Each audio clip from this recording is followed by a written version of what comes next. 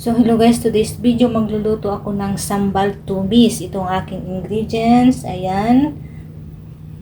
Onion, pwede rin ng shallot dahil wala naman akong shallot, so I use onion. And then garlic. So any part of chicken guys, so I use chicken wings, the middle one. At saka kailangan natin itong sambal tumis. Tumis means to suit. So ayan guys. Itong paste niya is a Malaysian term for tumis. Tumis means to suit. Ayan guys. Hinaluan nila ng lemongrass, chili, garanggal, at saka iba pang mga ingredients such as turmeric. Ayan guys. At ginawa nilang paste to form this sambal tumis at belacan. So ayan guys. Mag-i-start na tayo. Ayan, magpapainitin muna natin ang ating pan. And then, igigisa natin itong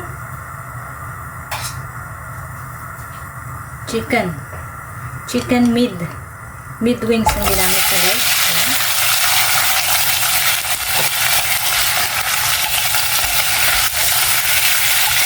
Igigisa lang natin siya hanggang sa mag-brown.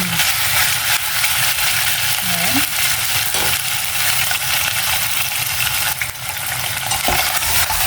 Guys, isusoup lang natin siya. Ayan, keep on mixing para hindi siya masunog.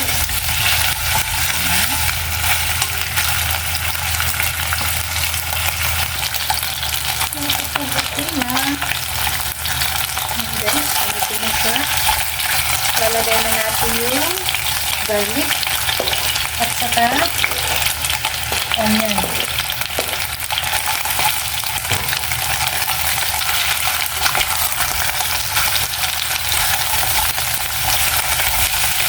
Isusoup lang natin siya guys hanggang sa lalabas yung aroma ng ating garlic at saka onion. Ayan guys. Ayan, masarap na siya. Nangangamoy na. And then, after that, saka natin ilalagay yung ating sambal tumis paste. Ayan. Tutunawin lang natin siya guys.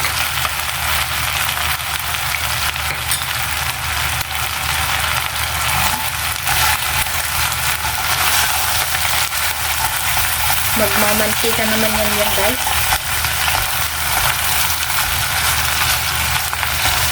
Wow, ayan na. Sarap na.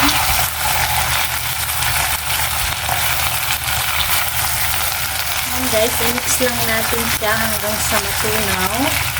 Umamelt ang ating sambal tumis. Saka tayo mag-add ng water. Again guys, tumis means is a Malay word na ibig sabihin ay soup. Ayan guys, very popular itong taste na to sa mga Malay. Ayan guys, may turmeric siya, belacan, oil, onion, garanggal, saka red chili guys. So ayan, kapag okay na, igigisa lang siya natin konti, and then after that, saka na tayo maglalagay ng water. So ayan guys, mag-a-add na tayo ng warm water. Kailangan warm water siya. Ayan. Yung makover niya yung ating chicken dahil palalambutin pa natin yan guys. Ayan, lower natin yung ating flame. Ayan guys, and then tatakpan na natin until na lumambot ang ating chicken. So ito na siya guys. Mag-add tayo ng sugar. Ayan.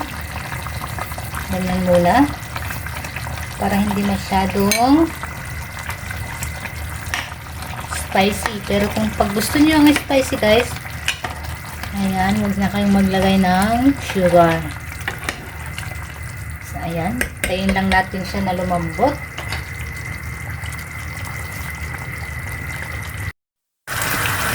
So, ito na guys ang ating sambal chicken tumis.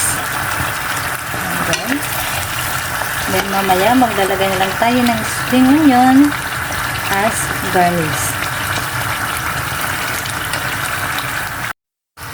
Oh, lami. Chicken sambal tumis. Guys, oh, super lami. So, masarap. So, ito na nga ang ating sambal tumis. Maglalagay na lang tayo ng spring onion sa ibabaw nito for garnish. So, thank you guys for watching.